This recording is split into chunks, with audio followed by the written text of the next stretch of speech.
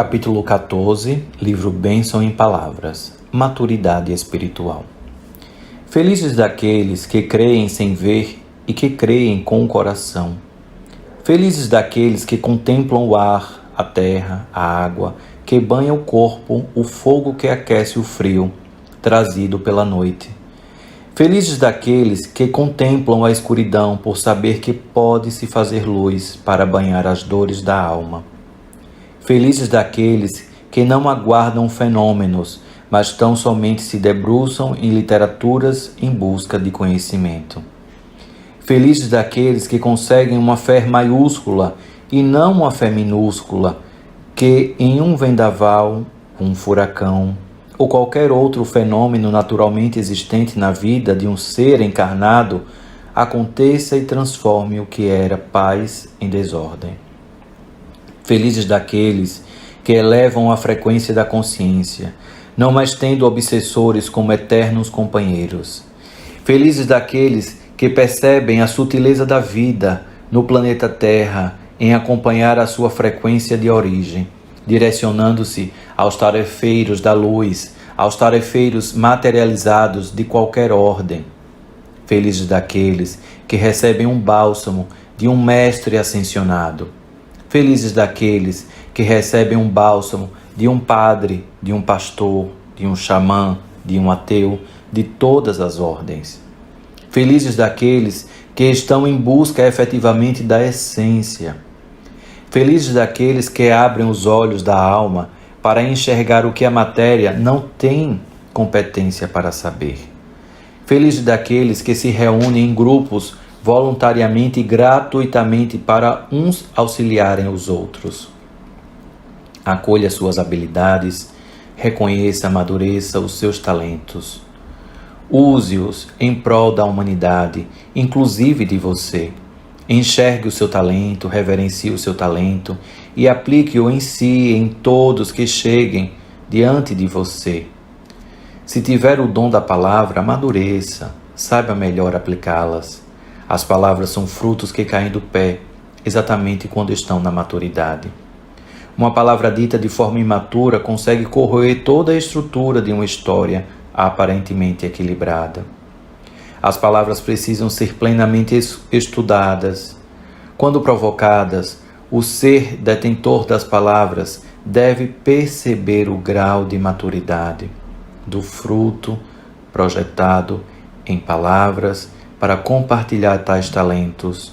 Caso contrário, as palavras serão lançadas dirigidas ao outro, mas primeiramente apontadas para o seu peito, interrompendo inclusive uma história. Uma palavra lançada diante dessas flechas, diante dessas lanças, sem a maturidade do fruto, provoca a corrosão da psique, daquele que provocou algo fora da maturidade. Por isso, que o poder do silêncio é o bálsamo que aduba o solo das árvores do conhecimento, para que os frutos das palavras saiam plenamente em seus tempos. Se não tens o que dizer, amadureça ainda a tempestade interna. Se tens muito a dizer, amadureça a ansiedade em propagar seus frutos maduros. Reconheça que uma árvore não dá frutos em todos os momentos. A balança da vida exige cada vez mais que você se descubra dia após dia por meio das árvores e de seus respectivos frutos. Palavras estas que evitam assim equívocos, evitando assim trapaças, evitando assim auto-engano, evitando ainda os disfarces característicos da ordem planetária regida aqui na Terra. Alcance o peito e colha essencialmente o fruto energético que brota das palavras que invadem o seu peito, em procedimentos, em bálsamo da alma, em buscas incessantes de tantos lugares, de tantas portas batidas e nenhuma resposta encontrada, porque definitivamente a resposta nunca esteve do lado de fora. A resposta para todas as perguntas está essencialmente dentro de você. As curas efetivamente acontecem quando o ser humano tem ciência de si, ou seja, tem a consciência de que algo precisa efetivamente ser modificado de dentro para fora. Enquanto as sintonias externas estiverem maiores do que a sua frequência, algo está em descompasso. Espera muito do outro e não faz a sua parte. Exige muito do outro e não faz a sua parte. Aponta muito o outro e a sua casa está bagunçada. Exige perfeição do outro e os seus pés estão sujos de lama. Exige uma verdade cristalina quando o seu cálice está obscuro.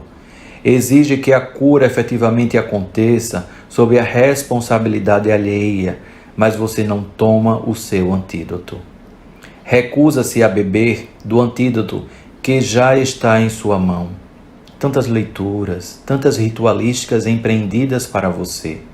Então, afirmo que era melhor o vácuo da burrice, porque se tem tudo e nada faz, então é melhor o vácuo da burrice. Felizes daqueles que são ignorantes, que não conhecem nenhum livro, nenhum saber, nenhum toque de nenhum bálsamo, de nenhuma pérola aqui derramada, distribuída para você. Segure as pérolas, olhe para suas mãos e veja o teor do conhecimento que já possui. Quantas pessoas brotam do seu coração verdadeiramente, da energia limpa do amor, sem condições, dentro do equilíbrio de saber ouvir, ponderar, entregar e continuar. Quantos ainda aqui estão em busca de aplausos por tarefas feitas naturais? Faz o bem para si? Ajuda a elevação do planeta? Que bom que você despertou para isso. Entrega o seu propósito no livro aberto, sem ressalvas de leitura? Seja bem-vindo. Apresente a sua história. Ainda se atropela em coisas pequenas, em pedregulhos nesta vida? Lamento dizer, mas as pedras tendem a continuar e você ficará em algum momento destes pontos nesta estrada. Flutue. Se as pedras são grandes e rasgam os seus pés, aprenda a voar. Se o voo está muito doloroso, aprenda a nadar. E se nada disso foi oportuno, aprenda a se desfragmentar e se integrar definitivamente à força maior que muitos chamam a Deus. Outros chamam de Logos maior, inteligência suprema que lançou as suas pérolas pelo universo, condensando células, dando origem em matérias, condensamentos de átomos, sendo oportunizada a materialização definitiva do conhecimento, retirando-se cápsulas da ilusão, transformando-se efetivamente o que é real e o que efetivamente é somente um jogo. Lance-se nas estradas da vida de cabeça erguida, com bravura, transformando-se de acordo com as necessidades momentâneas. Se é para nadar, nade.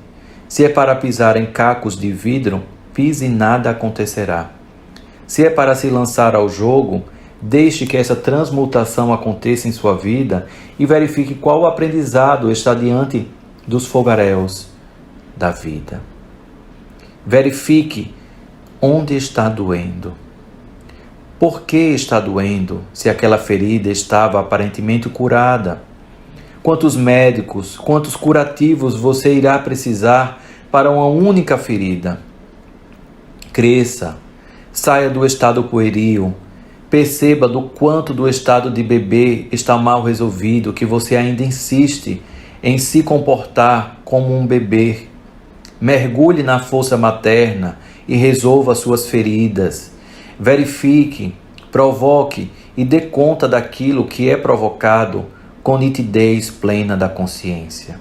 Lembre-se, por derradeiro, o bem está numa energia macro e o mal é gotejo para verificar e te mostrar o que o seu telhado possui de rachaduras.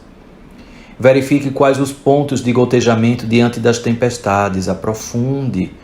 Tenha coragem de ser você e os frutos transformadores em palavras brotarão naturalmente e nos momentos plenos de lucidez, sabedoria e sensatez. Assim seja.